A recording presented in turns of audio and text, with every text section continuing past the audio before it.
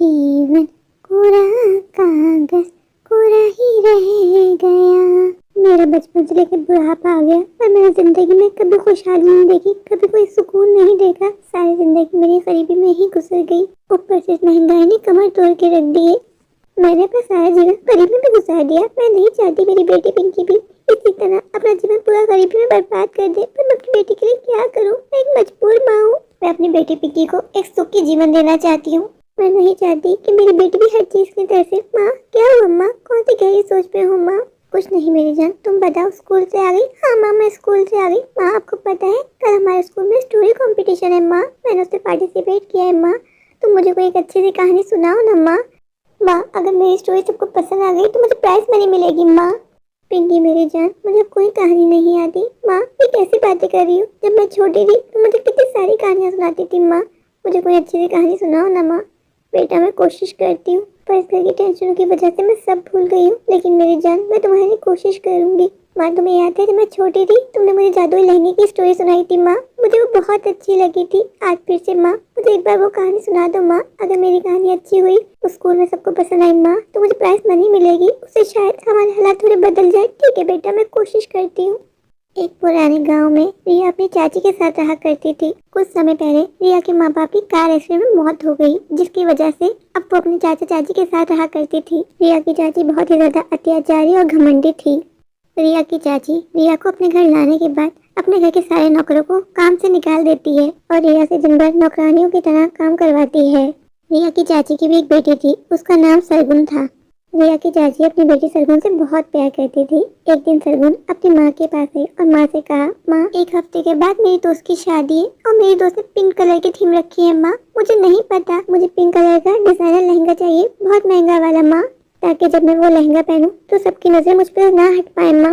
रिया की चाची अपनी बेटी सरगुन से कहती है, मेरी जान तू चिंता क्यों करती है, मैं हूँ ना, मैं तुझे पिंक कलर का महंगा डिजाइनर लहंगा लेकर दूंगी। सरगुन अपनी माँ की बात सुनकर बहुत खुश होती है और वहाँ से चली जाती है। कुछ समय के बाद सरगुन की माँ उसको शॉपिंग करवाने के लिए मार्केट लेके जाती है। तभी वहाँ पे रिया आ जाती है और रिया अपनी चाची से कहती है, मेरी और सरगुन की फ्रेंड की शादी आ रही है और हमें कपड़े चाहिए। वैसे तो उन लोगों ने थीम पिंक लहंगा रखी है, लेकिन मुझे पता है कि पिंक लहंगा लेने में बहुत पैसे लग जाएंगे, तो क्या मुझे सस्ता सा कोई लहंगा ला के दे सकती है जो मैं पहन के शादी में चली जाऊँ? आगे से रिया की चाची रिया को जवाब में कहती है, हाँ मुझे भी सरगुन ने बताया था कि उसकी फ्रेंड की शादी है और उन लोगों ने पिंक कलर के लहंगे की थीम रखी है, लेकिन मैं तुम्हें दिला सकती हूँ। लेकिन उस शादी में जाके क्या करोगी? तुम उस शादी में नहीं जाओगी, उस शादी में बस मेरी बेटी सरगुन ही जाएगी। रिया तुम घर पे रहो, घर के सारे काम करो। सरगुन की फ्रेंड की शादी में सिर्फ सरगुन और मैं जाएंगे। चाची की बात सुनकर रिया उदास हो जाती है और चुपचाप अपने कमरे में चली जाती है। सरगुन और उसकी माँ शॉपिंग करने के लिए मार्केट चले जाते हैं और रिया घर के सारे काम करने में लग जाती है। रिया घर का सारा काम खत्म करके अपने रूम में चली जाती है। वहाँ उसकी माँ और बाबूजी की तस्वीर टंगी होती है, तो अपनी माँ की तस्वीर से बात करके कहती है, माँ चाची हमेशा ही मेरे साथ ऐसा क्यों करती है माँ?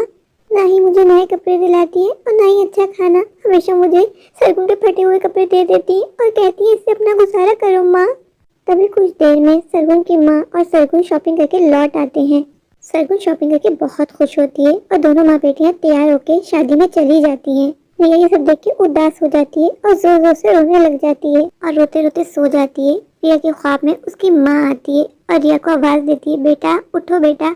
रिया की आंख खुलती है और रिया अपनी माँ से कहती है, माँ तुम यहाँ कैसे? माँ कहती है, बेटा रो नहीं, मैं तुम्हारा सब दुख जानती हूँ बेटा, ये लो मैं तुम्हारे लिए कुछ कपड़े लेके आई हूँ।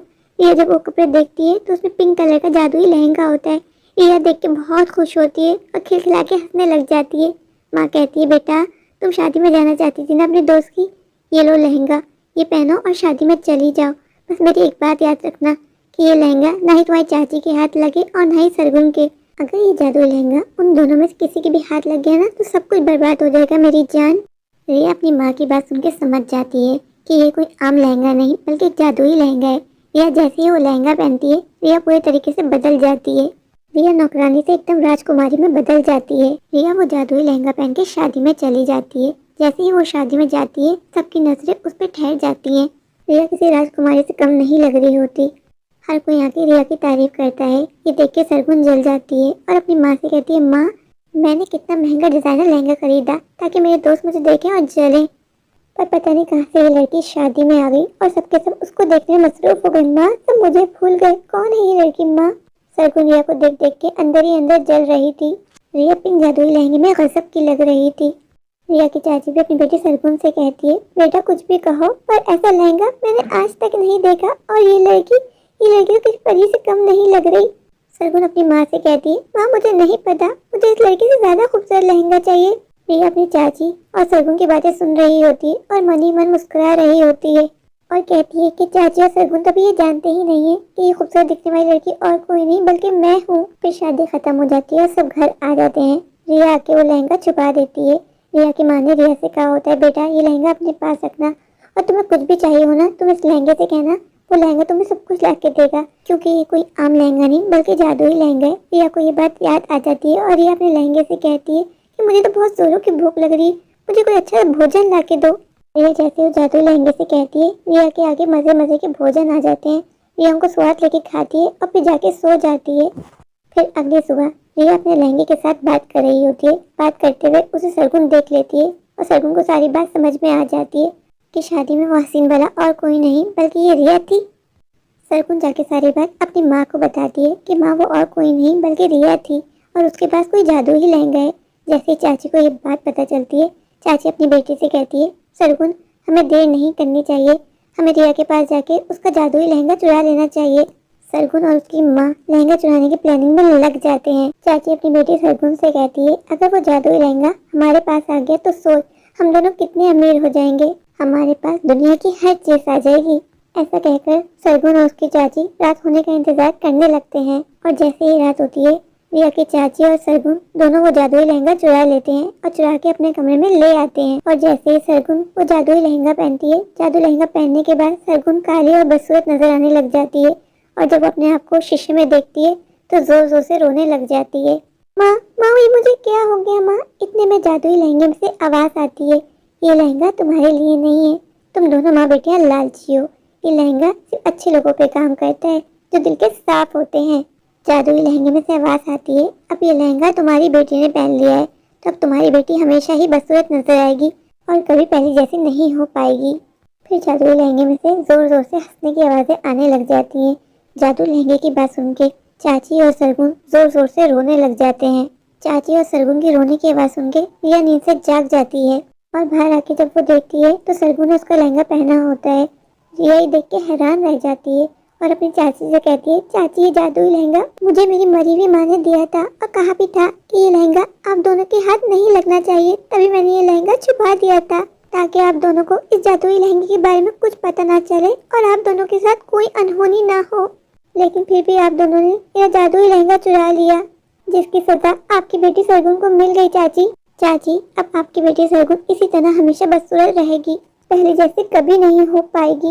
चाची रिया की बात सुन के रिया से कहती है, रिया बेटा हम दोनों को माफ कर दो, मैंने बचपन से तुम्हारे साथ बहुत बुरा किया, तुम्हें बहुत जुल्म किए, कभी तुम्हें अपनी बेटी नहीं माना, हमेशा तुम्हें अपनी नौकरानी बना के रखा, तुमसे घर के सारे काम करवाए। सरगुन भी रिया से माफी मांगती है और उसे कहती है, मुझे माफ कर दो, मैंने भी कभी तुम्हें अपनी बहन नहीं माना, तुम्हारे साथ नौकरों से बुरा बर्ताव किया, मुझे माफ कर दो। सरगुन रिया से कहती है, रिया मेरी बहन, मैं तुम्हारे आगे हाथ जोड़ती हूँ, प्लीज अपनी माँ से कह दो कि मुझे पहले जैसा कर दे। मैं इस बदसूरती के साथ अपना सारा जीवन नहीं गुजार सकती, मैं जानती हूँ सारी भूल मेरी है, मुझे तुम्हारा जादुई लहंगा नहीं चुराना चाहिए था, मैं क्या करूँ, मैं लालच में आ गई। जब मैंने तुमको इस जादुई लहंगे में देखा तो तुम राजकुमारी से कम नहीं लग रही थी, हर कोई तुम्हारी तारीफ कर रहा था, उस वक्त मैं नहीं जानती थी कि वो तुम हो। फिर जब अगली सुबह मैं तुम्हें उस जादुई लहंगे में देखा तो मुझे सारा माजरा समझ में आ गया और मैंने माँ के साथ मिलकर तुम्हारा जादुई लहंगा चुरा लिया। मैं नहीं जानती थी कि जादुई लहंगा चुराते ही मैं बदसूरत हो जाऊंगी। रिया मेरी बहन मुझे माफ कर दो, प्लीज अपनी माँ से कह दो ना कि मुझे पहले जैसा कर दे, मुझे कुछ नहीं चाहिए। रिया की माँ सरगुन की सारी बातें सुन रही होती है और वो चुटकी बजाती है और सरगुन पहले जैसी हो जाती है। और फिर जादुई लहंगे में से आवाज आती है कि तुम दोनों ने मेरी बेटी से सच्चे दिल से माफी मांगी थी, इसलिए मैं तुम दोनों को माफ कर दिया और तुम्हारी बेटी को पहले जैसा कर दिया। और उन सबके देखते ही देखते जादुई लहंगा वहाँ से गायब हो जाता है। रिया की चाची आगे बढ़ के रिया को अपने गले से लगा लेती है और रिया से कहती है कि आज से मेरी एक बेटी नहीं बल्कि मेरी दो दो बेटियां हैं। रिया अपनी चाची की बात सुनती है और बात सुनते ही रिया की आंखें भर आती हैं। रिया के रूम में रिया की माँ की टंगी हुई तस्वीर जब ये सब कुछ देखती है तो बहुत खुश होती है और दिल ही दिल में सोचती है कि मेरी बेटी रिया को फिर से माँ मिल गई। और फिर अगले दिन रिया की चाची रिया को लेके मार्केट जाती हैं और रिया को ढेर सारी शॉपिंग करवाती हैं। रिया नए कपड़ों की शॉपिंग करके बहुत खुश होती है और चाची को थैंक यू बोलती है। तो चाची आगे से कहती है, आज से मैं तुम्हारी चाची नहीं बल्कि माँ हूँ। रिया पहली बार अपनी चाची को माँ कहती है और गले से लगा लेती है। माँ, ये कहानी तो बहुत बढ़िया है माँ, देखना कल जब मैं स्कूल जाके ये कहानी सुनाऊंगी। मुझे पता है पिंकी कि प्राइस मनी तुम्हें ही मिलेगा। पिंकी बेटा, ये बस एक कहानी नहीं है बल्कि इस कहानी से हमें सबक भी मिलता है।